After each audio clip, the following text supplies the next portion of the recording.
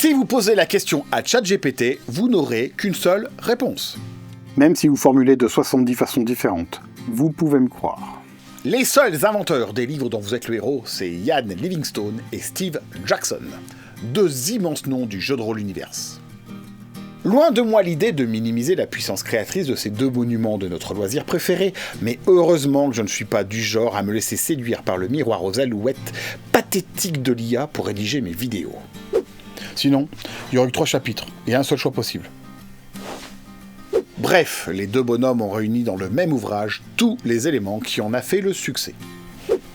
L'écriture à la deuxième personne du pluriel, un système de règles simple à la Donjons et Dragons qui permet de mener les combats, et enfin, un univers de fantaisie intrigant et exaltant.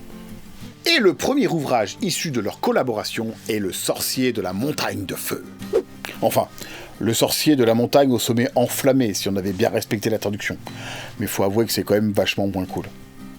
C'est un porte-monstre trésor des plus agréables, à condition d'accepter un certain nombre de ses défauts de jeunesse, puisque nous sommes en 1982. C'est aussi un double labyrinthe avec un avant et un après une rivière centrale, qui est, comment dire, sans se faire dégager par YouTube, frustrant sa mère. Ce livre a été écrit à 4 mains par les deux auteurs. Voilà, ils se sont séparés le boulot avec une rivière centrale, donc un s'occupait de ce qui se passait avant, puis l'autre de ce qui se passait après. Ils pensaient gagner du temps, puis finalement, ils se sont vautrés, parce qu'ils avaient juste un tout petit peu oublié de se mettre d'accord sur le système de règles. Petit détail. Et puis aussi à l'occasion sur le ton du livre. Finalement, ils ont tout réécrit. Alors autant pour le gain de temps, hein, mais il faut quand même se rappeler qu'ils n'avaient absolument aucune référence à laquelle se raccrocher quand même. C'est Ian Livingstone et Steve Jackson, que respect. Outre le système de règles, c'est les 400 paragraphes qui impressionnent les joueurs de l'époque, avec toutes les possibilités que ça offre. Ouais, je l'ai fait il y a pas longtemps. Figurez-vous que le niveau de difficulté est quand même relativement élevé. La réalisation d'une carte sur une feuille à part est presque obligatoire au cours de la partie. Pourquoi j'ai dit presque, moi ? Le succès de ce livre lancera la gamme Fighting Fantasy en Angleterre, qui sera traduit en France par Défi fantastique de Ouf sa mère des bois, de la oufrite c'est mort, que nous résumerons ici, pour plus de simplicité, en Défi fantastique. Face à cette engeance nouvellement créée, avide de pièges, d'aventures et de gobelins endormis à qui voler 2 pièces d'or après un combat digne des Monty Python, un seul ouvrage ne suffit pas.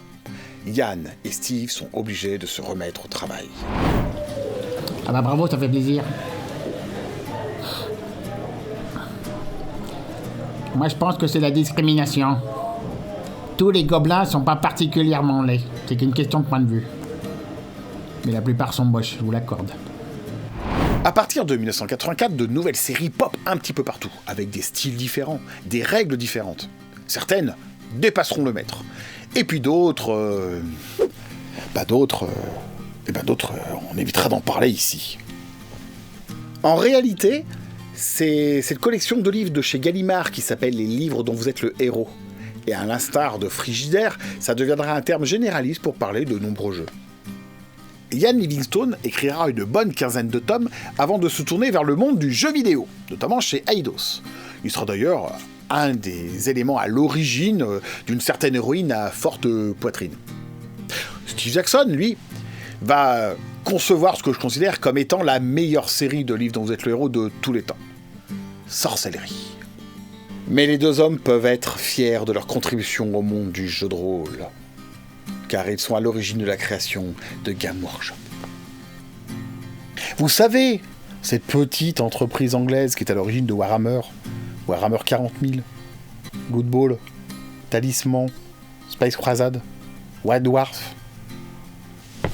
Ça vous dit forcément quelque chose. Et puis dans le cas contraire, je finirai bien par faire une petite vidéo sur le sujet. Voilà, ceci explique quand même la similitude qu'il y a entre les livres dont vous êtes le héros et Warhammer première édition. Désormais, le destin se présente sous 3 formes. Vous pouvez explorer vaillamment les gammes éditées en français par Gallimard, dans ce cas elle est en 8.